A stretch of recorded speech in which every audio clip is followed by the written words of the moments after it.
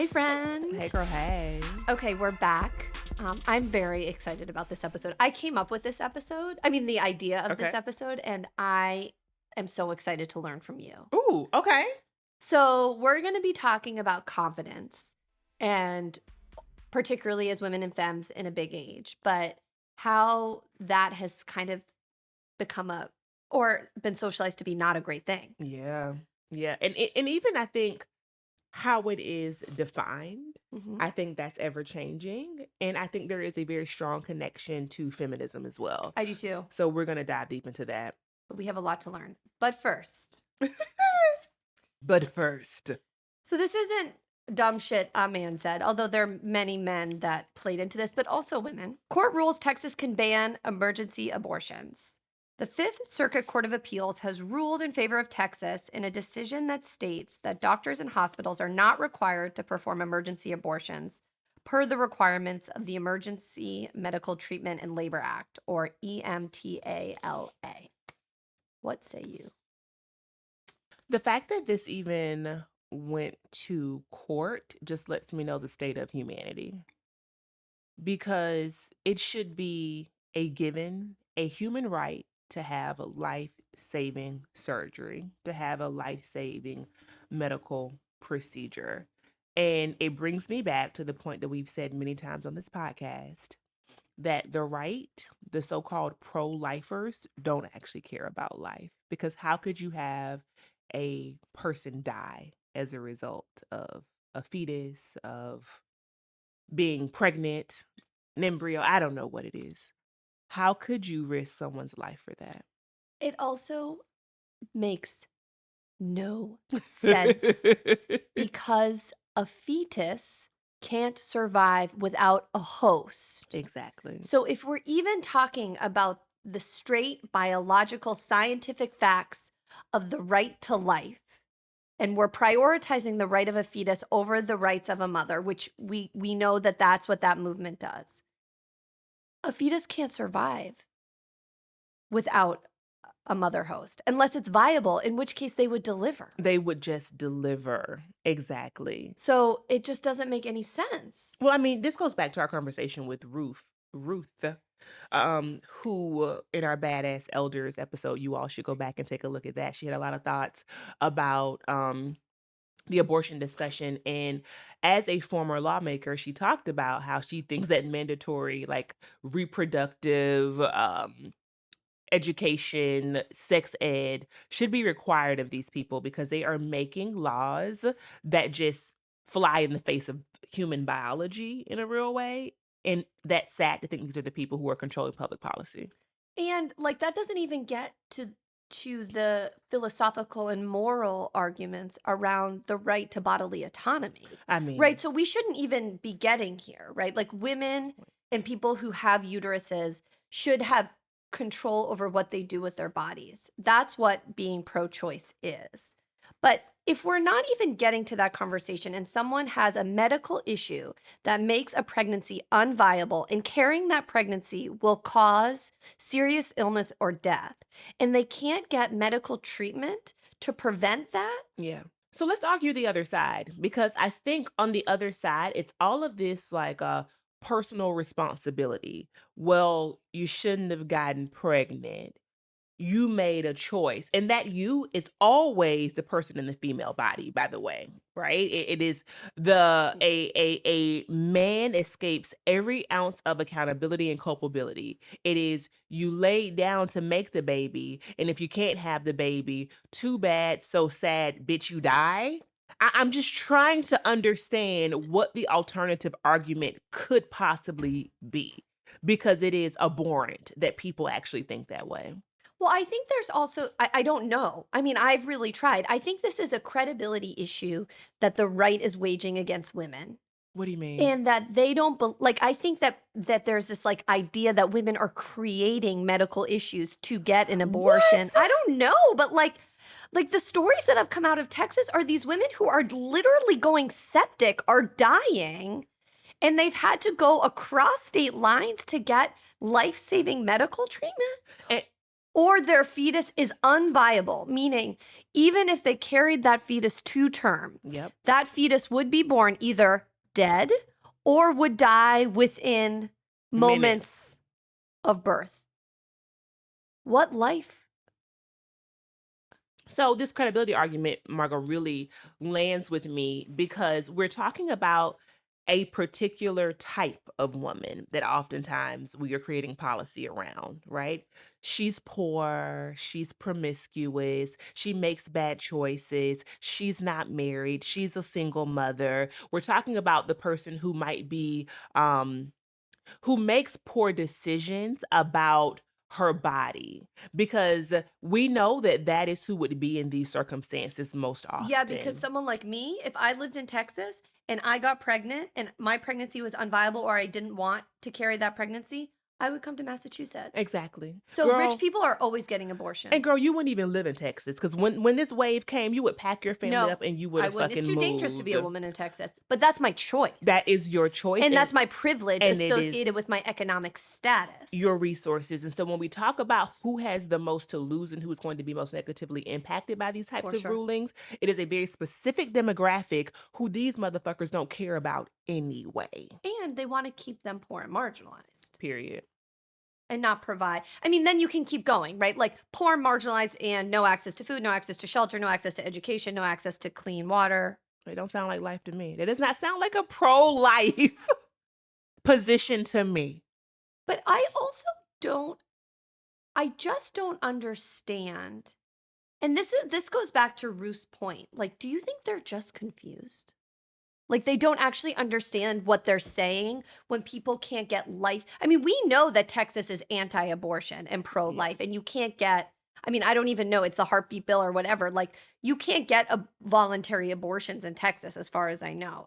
But these would be pregnant. I don't even want to call it an abortion. Yeah. These would be terminating an unviable pregnancy that would likely cause death or harm to the mother. So this is my thing. I don't know how we got here, and I would be very interested in the facts of this case in particular, because why was this even necessary to be litigated? Yeah. What doctor who has taken the Hippocratic Oath is going to look at a person and say, well, you're pregnant, bitch, so I won't perform surgery on you to save your life? I don't know. And I mean, the language is very clear. Doctors and hospitals are not required to perform emergency abortions. Emergency abortions are because someone is failing. Otherwise, it wouldn't be an emergency, right? Of course. Are we like not interpreting that right? Well, here's my thing. Even if that's not what was indicated, this ruling allows for that to happen, Right. which is just as dangerous. So do you know what else has happened? I read and have heard that so many care providers, meaning medical care providers, in states like Texas, Alabama, Mississippi, Arkansas, all of these states that are instituting these draconian rules and regulations, those doctors are leaving the states. I believe it. So people can't even get basic medical care now in Texas. Basic reproductive care, like even for pregnancies that are desired. Yeah, because the same ones who would terminate pregnancies are the ones who would also provide general care, which we have to remember, people. That is why it is a medical procedure. And the other thing that we have to talk about, and this is why people sharing their stories, unfortunately, is necessary, though I hate to require people who've been victimized by medical trauma to have to share, right? That feels deeply unfortunate. But many, if not most, abortions are because pregnancies are unviable. Yeah. They're called DNCs. Absolutely. So many of my loved ones have had them. And those were pregnancies that were deeply desired. Yep. And even when the pregnancy is not deeply desired at that time, as Dr. Evans reminded us on a previous episode about abortions are still an act of love, because there's something about the circumstances in which that pregnancy has occurred that would make a person say, I cannot bring life into my current family dynamic, especially being that we know so many people already have children. Or that I can't carry a healthy pregnancy. I can't, for whatever reason, deliver. I can't give this baby up for adoption. We just don't know what people are living with or where they're going home to or how they're supporting themselves and their family. We have to give people the benefit of the doubt. And I just wonder, as people are taking this position and people who are making laws and policies, do they really think people are like skipping and jumping and cartwheeling into abortion clinics? I'm It's the like, same thing I say when people report sexual assault. Mhm. Yeah, like you wake up and say, They're bitch, like, I want to go to the police station today and talk about how someone like ruined my life. I can't wait to terminate the pregnancy today, bitch. Woohoo! That sounds like so much fun. YOLO, bitch. No. No, no, no, no. And it is hateful, in my opinion. It is so misogynistic to even assume it is the alternative, right? And it's internalized misogyny and sexism for the women who take these positions, because it is, as someone who has terminated a pregnancy, it is not fucking true. It's just not. And we have to now like hold space for all of these women in Texas.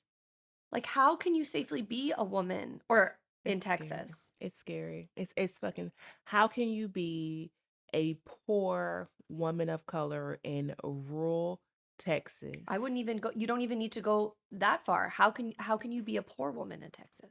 How can you be a non-English speaking woman? Woman in Texas, right?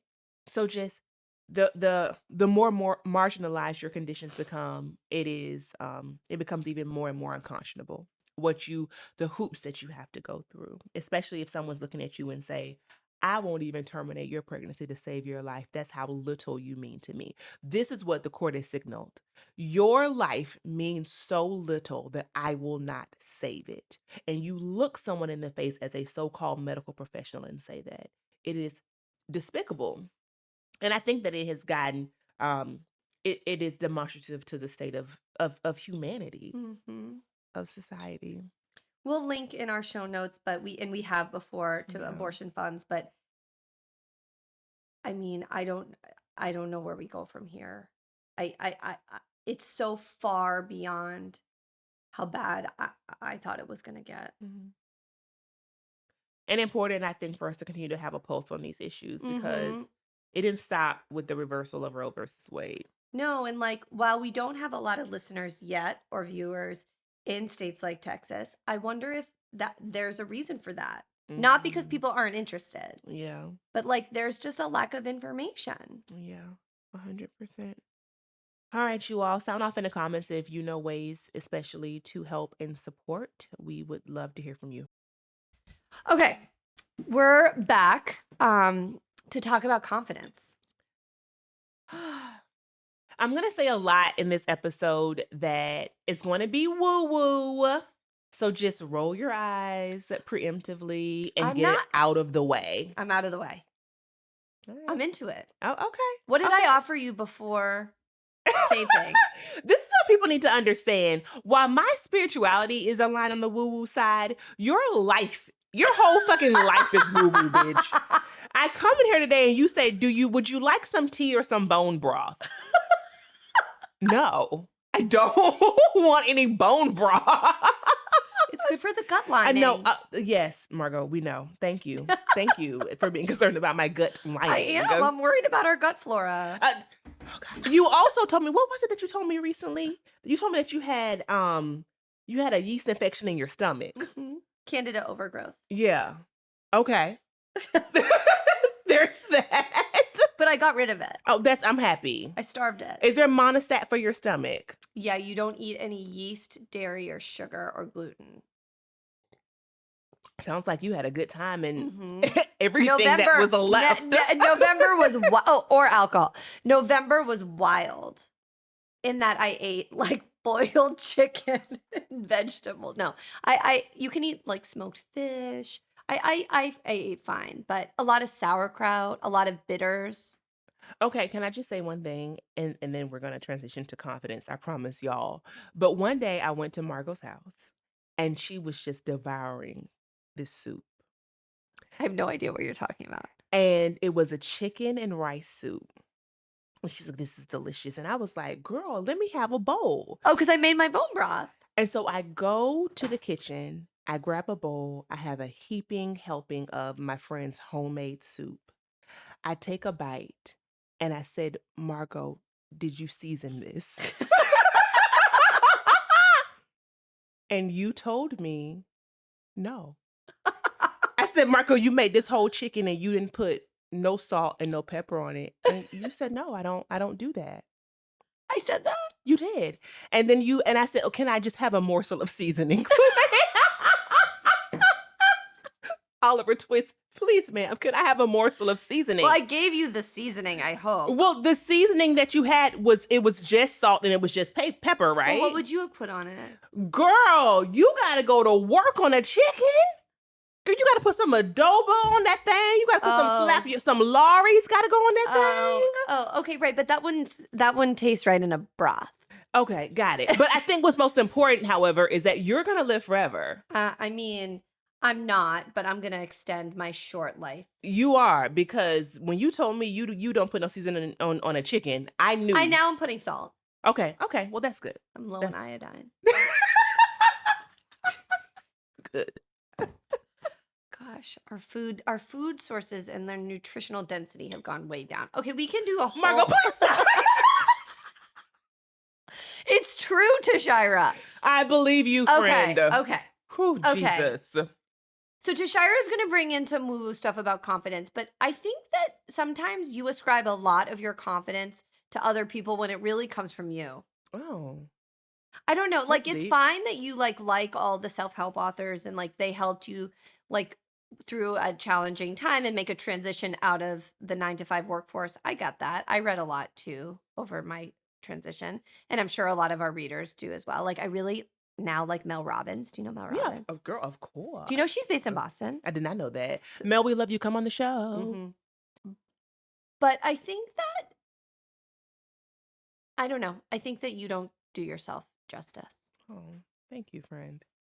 All right, so I'm going to enter something into the chat that I think is really going to situate this and probably why you might say that, because it's helpful for me to hear you say that.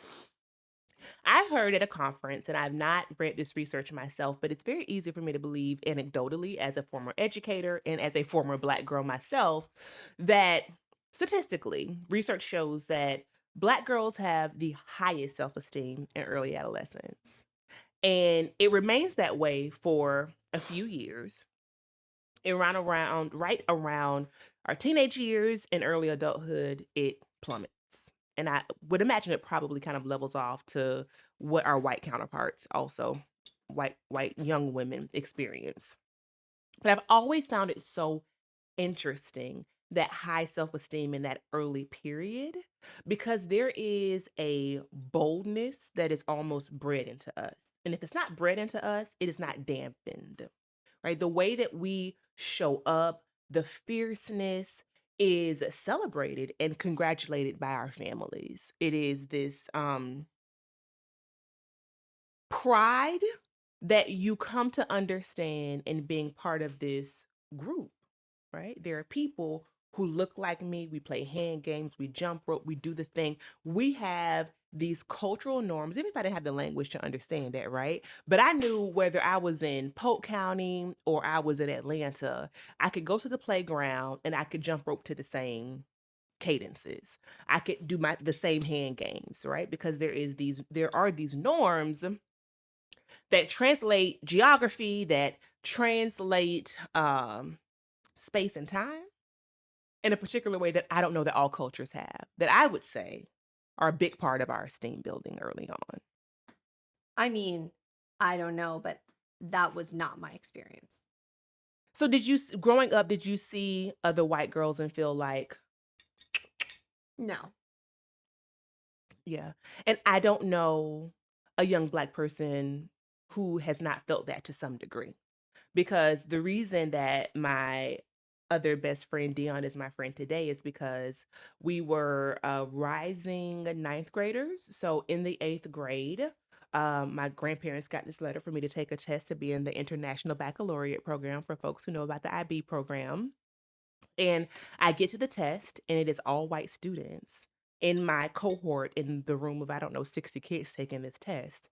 We go on a break. I look around everywhere, and I see Dion. And I say, bam, make a beeline straight to her. And she has been my friend ever since because I needed my reflection in that moment. And we've gone through a lifetime of stuff that I won't even get into. That's a whole other podcast episode. But it has always been this idea that I will be affirmed and I will be supported. When we were in Tulum, remember, we came home and you were like, Tashira, all these Black women give each other compliments. I can't imagine. So, I think our listeners have to, if they haven't heard this story, they should, because this was life-changing for me. Tashira and I went to Tulum for both my 40th birthday and your 40th birthday, which were subsequent years. And I'm a little older. And when we went, just the two of us for the first year, like the first night we went out, Tulum is a party town. I mean, and I would say pretty diverse. Yeah. Like lots of groups of Black travelers and Black people, Black Americans who live there now, actually. And immediately, like we were walking down the street the first night to dinner and people were stopping Tashira and vice versa, like complimenting you on your outfit or we were at the restaurant and people came by and said hi. And I think on the second or third day, I asked you, I was like, is this normal? Like, because this is so different than what white women do to each other, which is like, we have been socialized to be skeptical, to hold our space close, to like almost see each other as competition, even in environments where there's like well, first of all, why would we ever see each other as competition? Like no one's competition. And so I have taken up the spirit and do it everywhere now. When I see someone's something someone's wearing I like or whatever, and it is so off-putting to some white people. Really? Yes, but it is something that I'm an early adopter. Period. Go for it. Yeah. Shit, there was only one John Brown. Yeah. But it was just such a beautiful.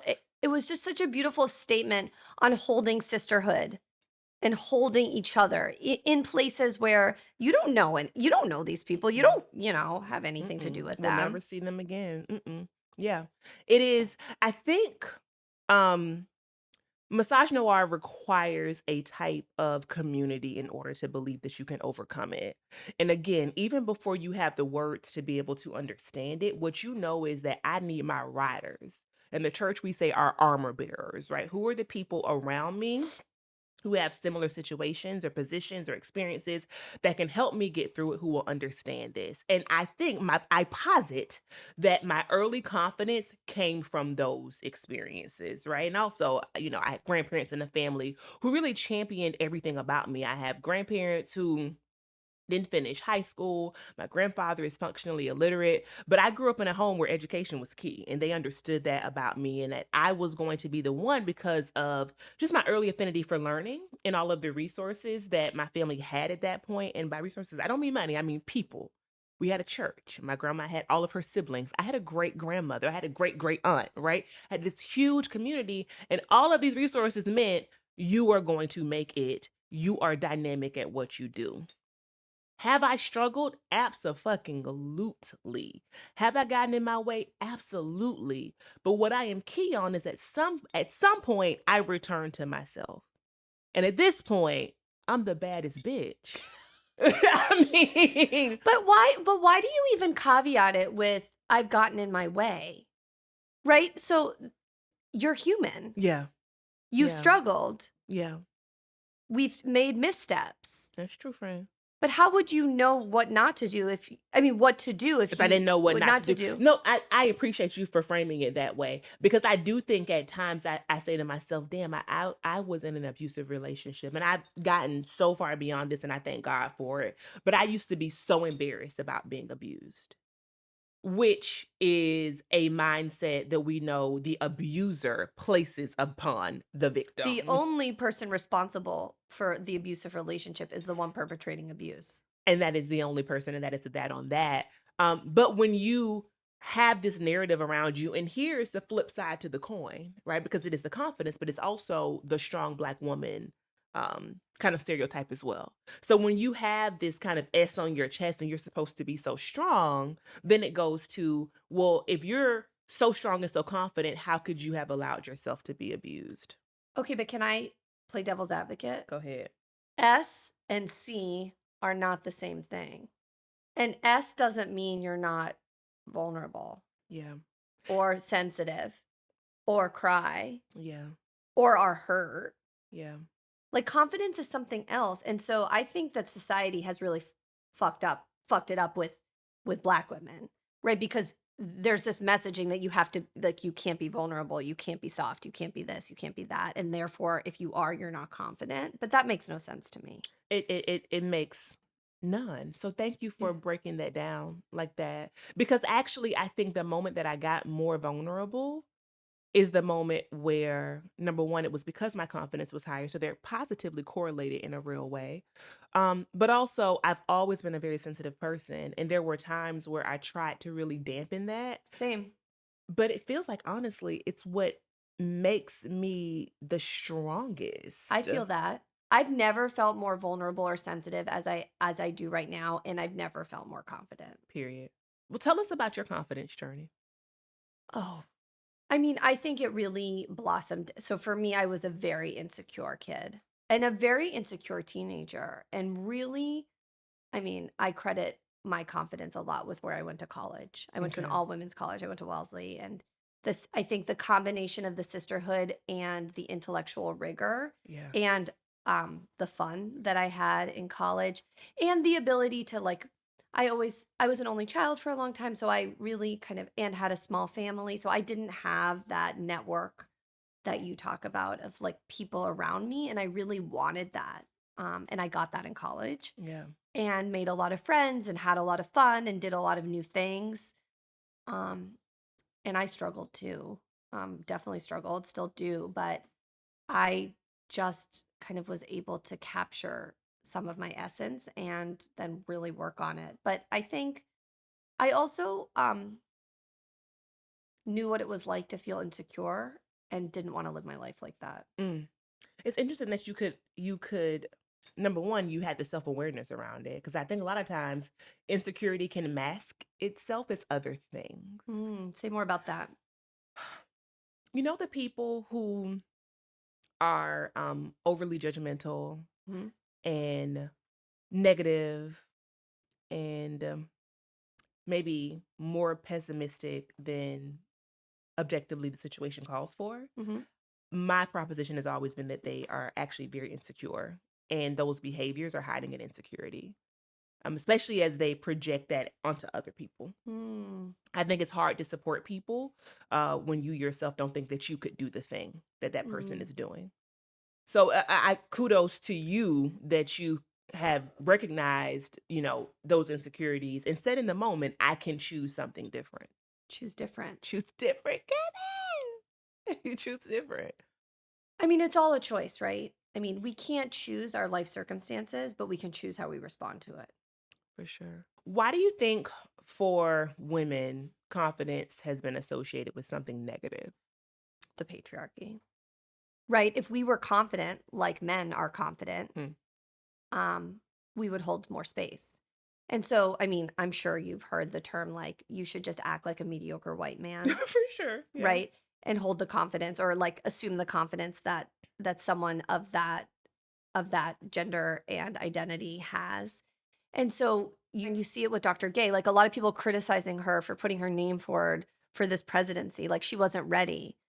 And she was ambitious. Exactly. Right. And so who wouldn't like a lot of people are not ambitious and that's okay.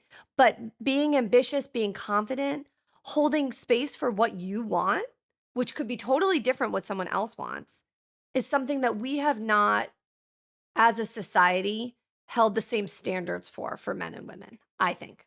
Yeah. No, that's a remarkable point, Margo. I think very much so. Also, we have to think about this playing nice and this keeping sweet that is Mm, oftentimes privileged, especially among white women, right? This conditioning into docility. mhm. that I think follows white women throughout a lifetime, even when it obviously doesn't serve them or they don't feel that way personally. It's almost as if they have to play this role because that's what the patriarchy wants. I mean, we can do a whole other episode on this, and I think we should, but I think confidence and anger often like go hand in hand, and we're not allowed to be angry. Oof, girl, I remember hearing this guy say about his daughter, and this was a biracial man, but I would say in some ways kind of his behavioral norms kind of were situated much more among the white community. And he had a stepdaughter, and he was like, you know what? I don't really care, how she grows up. I just always want her to be sweet. I just want her to be sweet. And I was like, you could have said strong, you could have said courageous, you could have said brilliant, you could have said the president, you could have said confident, sweet. It's so disgusting. It's so upsetting to me, and it actually is something I've been thinking about so much around confidence in parenting. And confidence in parenting a preteen who I have, who is actually in a situation where she is being socialized at her school to be sweet in the face of sexual harassment. Mm-mm, And it's unbelievable to me mm-mm, that as a society, we still tell girls just to be sweet. mm-mm, mm-mm. And so, like, when I think about how I want my girls to be, resilient. Period. That's it, because the world is going to kick the shit out of them. And the best thing I can prepare them for is to know that they're going to be okay. It's the bounce back. Yeah. And that is that skill that I believe trumps everything. And for people like you and I, all people who have gone through a lot, the biggest lesson that I have learned through my life's challenges, trials, and tribulations, and actually what I am the proudest of, because I believe my confidence is a result of my resilience. Because I've seen myself and been like, damn, bitch, you got through that. Damn, bitch, you did that. And so what happens is I think resilience is getting over the past. Confidence is knowing that if it comes up again, I can get over it in the future. Totally. Totally. And I think we are so scared as a society. We are like strangled by anxiety about what if, what's going to happen, what's going on with the world, COVID, like politics. Like there's so many things to be scared of. And I think that the fear associated with the unknown really holds people back Yeah. from believing that good things are going to happen. Or that they can be responsible for creating said good things, Mhm. right? Or that if good things don't happen, They don't that have they'll the be okay. capacity to just bounce back. Yeah. That we will be okay. And I think a lot of times, Emma, and I see this clearly, I think, because of me like kind of diving head deep into this personal development, life coaching space and just consuming every resource that I can on top of mental health supports, I can see it. Don't get mad at me because I have a PhD in personal development and life coaching. It may not be certified, okay? But neither is Iyanla Van Zandt. Okay. We don't know what Gabby Bernstein has a PhD in club promotion. That, and she a lot of cocaine use in her 20s, but she was honest about that, and look at where she is now. Okay.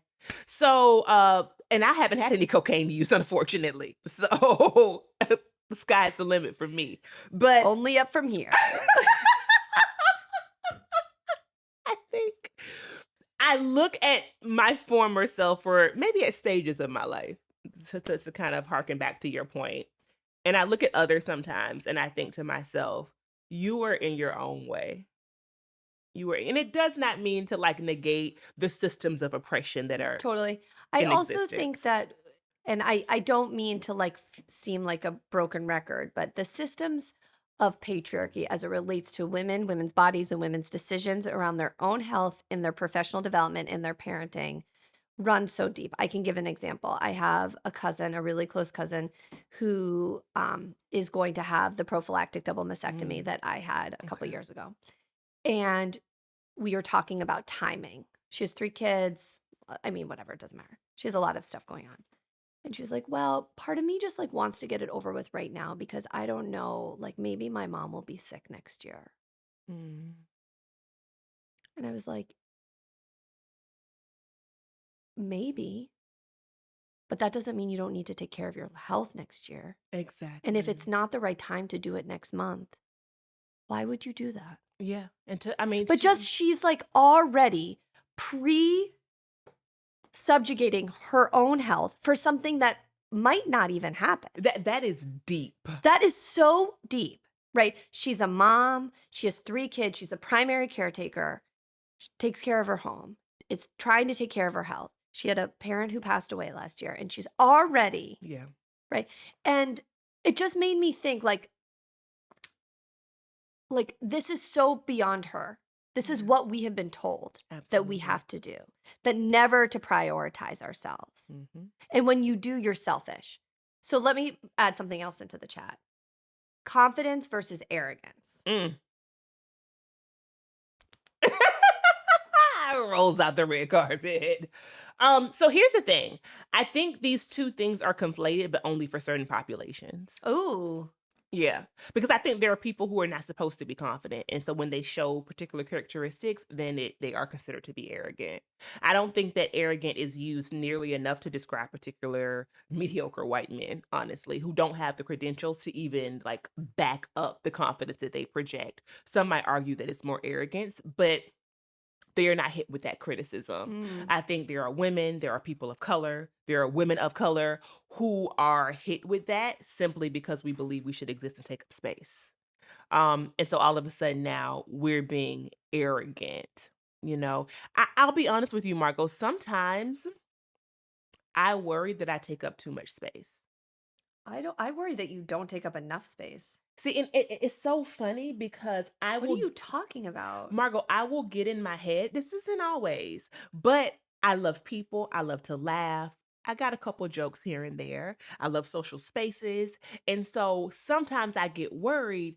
Do I go in a room and do I take up too much space? Do I suck the air out of the room? Like, am I doing too much? That's the criticism that I have in my head. Am I doing I feel too that way much? sometimes too.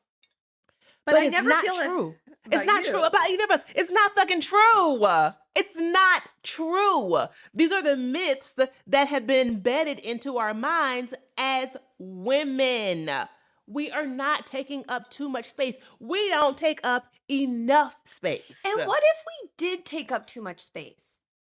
Who cares? That's our space to take up. You don't have to be in community with us. That's true. That's very true, actually. Right? I think about that too. Like, not everyone is for everyone. Yes. So if for whatever reason the energy that an individual exudes is too much for you, or it borders on arrogant in your mind, that's different than someone holding space for their own life and choices. That's so good, Margo. So over this weekend, I had a girls' weekend with my mom, her best friend, and her best friend's daughter.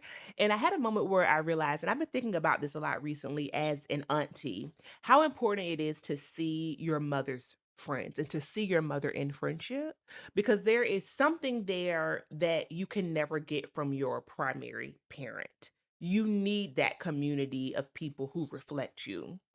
And my mom said the first day they met, Miss Lorraine said to her, people either love me or they hate me. And I thought to myself, they were 22. How self-aware not only was she at that age, but what's remarkable to me is that she's never fucking changed. And she didn't care. And she does not care.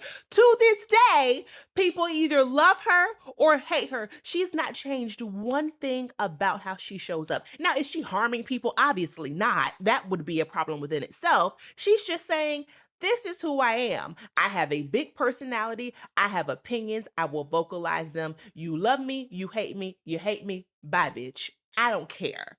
And I needed to see that as a young person. Right. And I think that we all have to, I mean, maybe we can't get to the level of confidence of Miss Lorraine, but we all have to be okay with that. Yeah.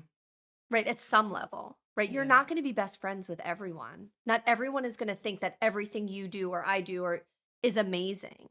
That makes me also think, Margo, about how we, maybe women especially, or feminine presenting people, oftentimes conflate confidence with likability. Mm-hmm. I do. I have. Way? And I feel like it's really gotten in my way over a lifetime. I mean, I think about Josh, my husband, my wonderful husband. He is so confident and has 3 friends. True. Period. That's also probably why he's so confident. Because a lot of them dusty bitches, they need to go. I mean, he's like friendly with a lot. He has like great relationships with his coworkers. He has great relationships in the community. He's a coach. He doesn't need friends. It just he loves like being social with people. Yeah. But he doesn't have the emotional bandwidth to care deeply about a lot of people. He cares deeply about me. He cares deeply about our family. He cares deeply about his family and my extended family and my close friends and his close friends. And if he was a woman, he would be told that he was standoffish. He has a bad attitude. He's selfish. He's selfish. He's socially awkward. I mean, he is. He's not. The highlight of my day is when Josh like randomly texts me and you about stuff. I know. He'll be like reading an article and be like, "Oh, yeah."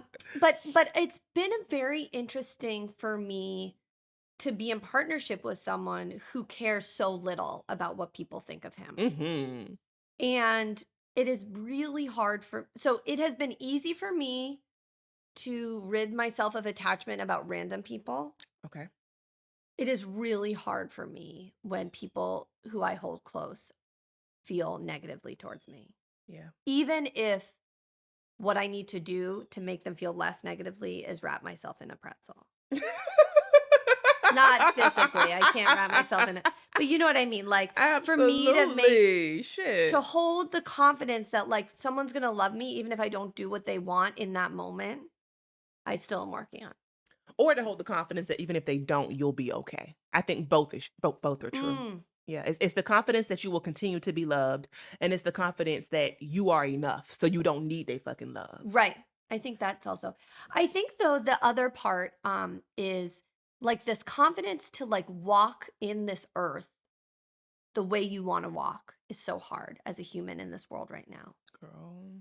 Right? So the confidence to pivot, to change relationships, and that could be like any type of relationships, to change environments, to be alone, to be social, right? Like the confidence to not go through life as part of a pack. And some of that I think goes against like the human socialization, and then you put on top of that the conditioning around gender norms and expectations, and it gets more and more difficult to do so.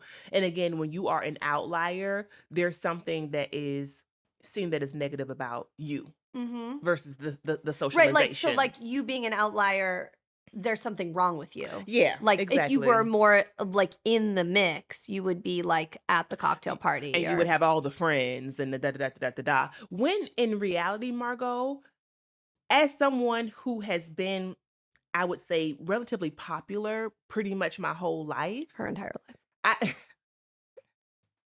I'm the one that's not popular. It's not true. Because you have more friends than me. Maybe because I'm not confident. What? I have been in groups of people and felt totally alone. So I think we need to talk about that. Because there's nothing worse. So, and the confidence to be like, this is what I'm feeling, and this is why I'm feeling, and I need to take myself out of this. Yeah, exactly. Like I will have moments of complete sadness when everyone around me is having a great time. Me too. So it was never the people that were needed. It was the confidence to say, whatever emotion you're experiencing, whatever isolation you are experiencing right now, you are enough to get beyond it. Because it's for in my experience and through therapy, I've come to recognize it's not external. It's not the external relationship that I need to validate me. It's something that I'm missing about how I see myself. Yeah, and what I have learned also is that my confidence is can't be interwoven with others' wellness. Right? So I can't be okay. I can't connect me being okay to other people being okay. Right? And I can't make other people okay. I can help, I can be a support, I can love unconditionally. Yep. But if we all have to do the work for ourselves. So when you say do the work, I want people to hear some things like concretely that have helped us. So for you, you talked about like recognizing the insecurity and choosing to not feel that way. What has helped you concretely? What would you say to your younger self or someone who's struggling with their confidence?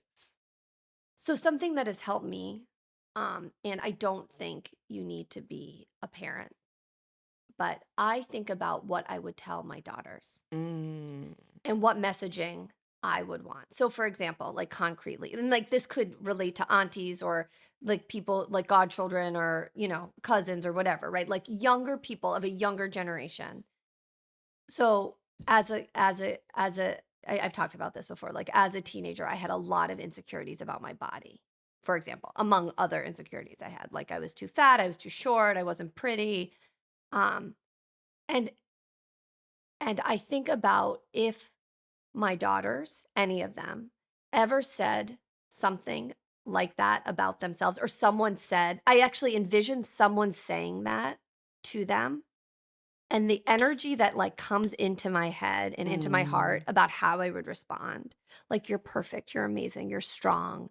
Look what your body's done. Look what your body is going to do. Look what it's preparing you for. Look at the growth you're experiencing. Look at all the things you've tried. Look at all the things you're going to try. Look at all the different styles you've tried. Look at all the different clothes you could wear. Look at all the different spaces that you've been in your young life and you will go into as you get older. And I think about that, and I think about how I wished someone had said that to me. That's deep. And so that's what I'm trying to hold space for now as as a bigger woman, as an older woman, when I start speaking badly towards myself about anything. True. I think about what if someone said something of that nature to my kids. What about you? Whew, child. That just reminds me of one of my favorite affirmations that I would tell myself often, which is somewhere someone is waiting on you to heal. Mm. And in your case, it is your children, but it could be anybody. But it could be anyone. And it could be you. And I mean, I guess someone could argue that like I'm not really at the next stage of healing because it should be enough just for me. And I could agree with that, but this is what it is right now. This is what it is right now. Amen. And it is an evolution. It's a journey. Mhm. I mean, self-actualization, we are not there. Yeah. We are And not in like, an enlightened right, state. and like, right. So, and we would never like propose to be. Exactly. What about So you? it takes time. It's interesting because we are alike in so many ways. We joke on the podcast about being markedly different, but we have more similarities because I was going to say the same thing. Honestly, I think a lot. I am the oldest, the only child my mom and my dad had together, but I am the oldest on both sides of my siblings. And 7. and I take that responsibility very seriously. And what I know is that it drives me to think to myself, how am I making my siblings proud? Am I being an example for them? Because for me, we all make choices in life, obviously, but I never want to be in a position where I am trying to give them advice and I am not in a position to share wisdom with them, Mhm. whether it be my positive experience or my negative experience. It is the resilience. It's the, I went through this thing too, Cedria, Chandler, Bex, whomever, Jada. I went through this thing too. You don't have to do what I did to get out of it, but I came to the other side and I want you to see that it gets better. And it's the better part that drives me.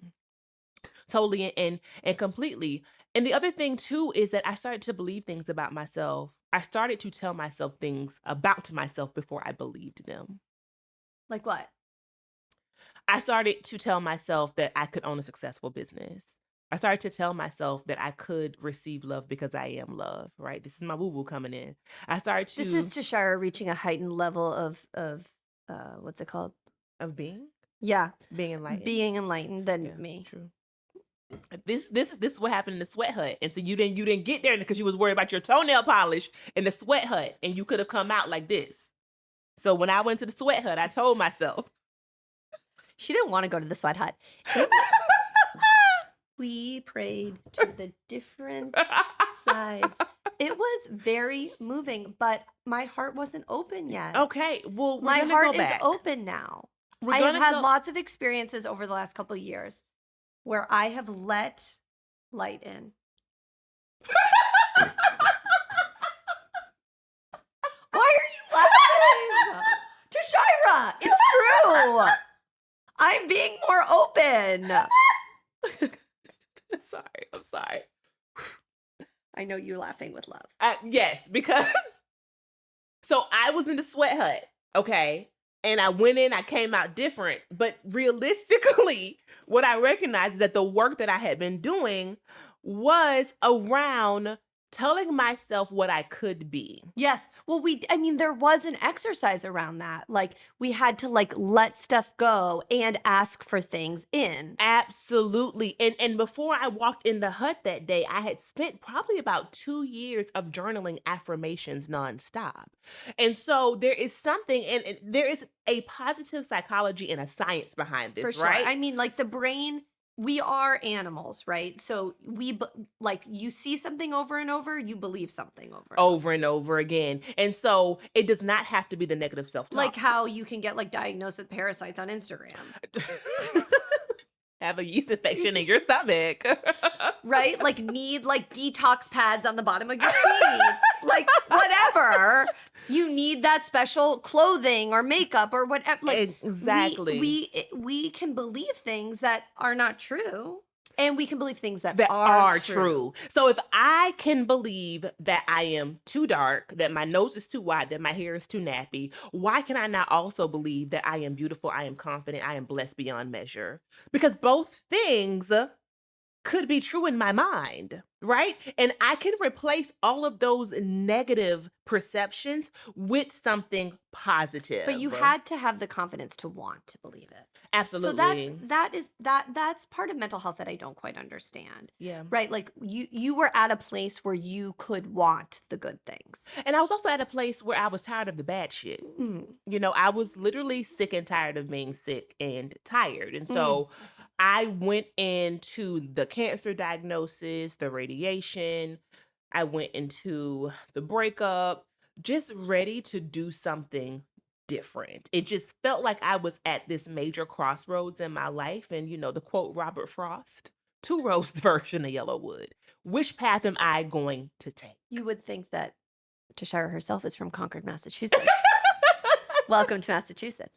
But yeah, no, I mean, it's not so simple, right? It was not overnight. So I don't want people listening thinking like, oh, Tashira walked into the sweat hut and then walked out a different person. It was like very intentional and a lot of work. Yeah, and as I said, I had been doing this work for years before. I needed that spiritual experience to really just put the bow on that season. But this is what I want to say too. I don't want to leave the episode without being very transparent. Every season takes a different type of confidence for me. Confidence ebbs, it flows. At this stage of my life, at 41 years old, at a big age, my confidence looks different than it did when I was entering law school and getting ready to take the bar, for example. So it is a work. It is a work in progress. It is continuous and consistent journey. I feel the same way.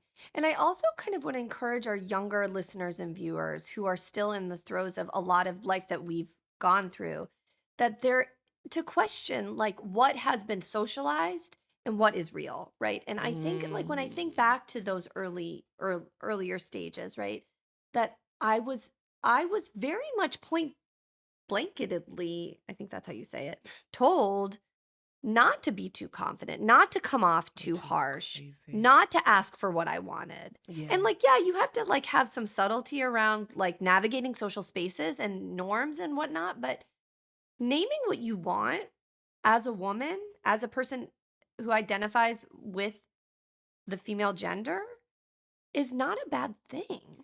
At all. And I don't know. Like, I just wish I could have been okay with that.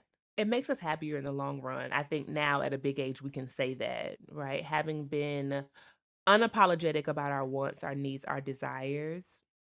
I think a lot about that too. Like I'm looking at, I talked about Miss Lorene, her daughter is 21, and I think about the life that she is living that I wish I could have lived at her age.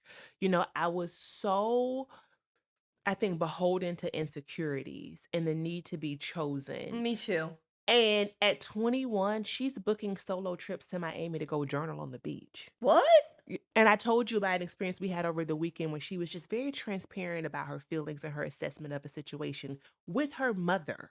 And I don't know, at 41, I could have had that same confidence. And so we know that these ideals are socialized into us. And we're asking younger people to break free of some of that because you have the power to. Absolutely. All right, friend. It's up and it's stuck. Like, what is one thing you were choosing to be confident about in 2024? Yeah. Sound off in the comments below. No, I'm asking you. Oh. Being confident about my needs.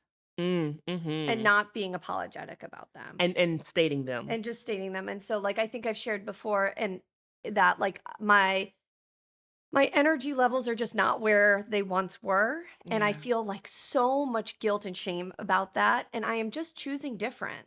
It's like, I love hosting. I love having people.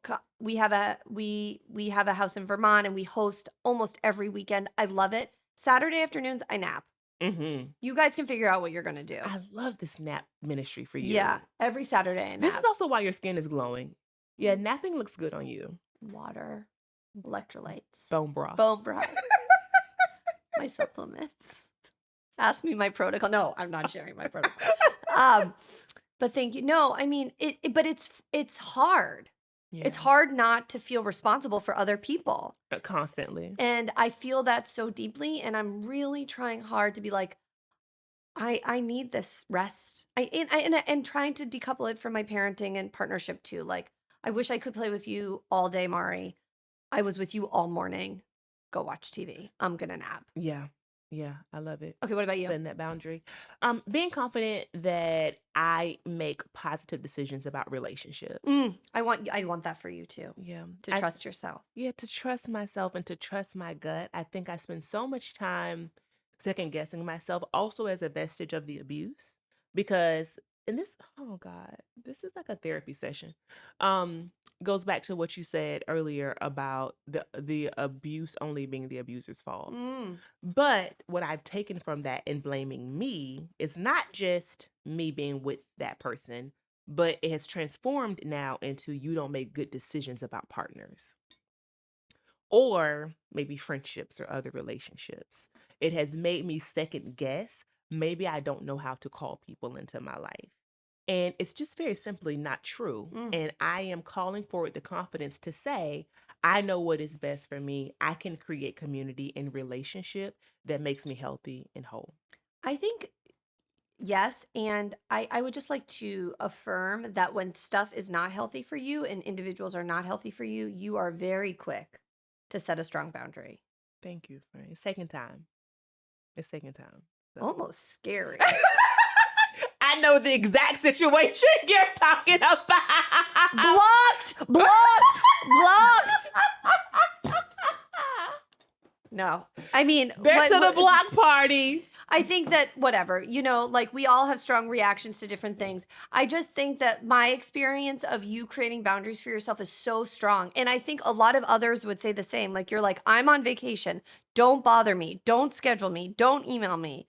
That takes a lot of confidence. Oh, thank you, friend. Sometimes we're too close to it to see the growth. Right? I mean, I think I know from being in business with you, like, I'm always like very respectful, or try to be very respectful you are, and of your boundaries, and also in awe of you setting them. Not in a bad way, not like, oh my God, what the fuck? Like, we really should be working. It's like, no, Tashira's off this week. And wow, she's like really off. Yeah. So relationship with myself too. I'm calling for confidence that I am making positive choices about relationships, all of them. All right, y'all, let us know down below. What element of confidence? Now down below. Wait, for people who are not watching. Oh, right, people are listening. So I just learned the down below emoji in the comments. I'm just fucking laughing because you would think Margo is a 75-year-old woman. Well, guys, I'm learning. I was a law professor. Down below. I like could check my Outlook, my Gmail, and text. Which was a lot of academics can't do. And write my evaluation. So yes, very proud of you. Margo is confident in her ability to understand the internet. And you all tell us down below what you are confident about calling for in 2024. We will see you next time. Thanks for listening to Justice. We hope you enjoyed this episode. If you'd like to learn more about our podcast, be sure to check us out on our website at justicepodcast.com. You can also reach out to us there if you want to be featured on the show, or if you have a business or a product that you think would be a good fit for our audience. Thanks again for listening.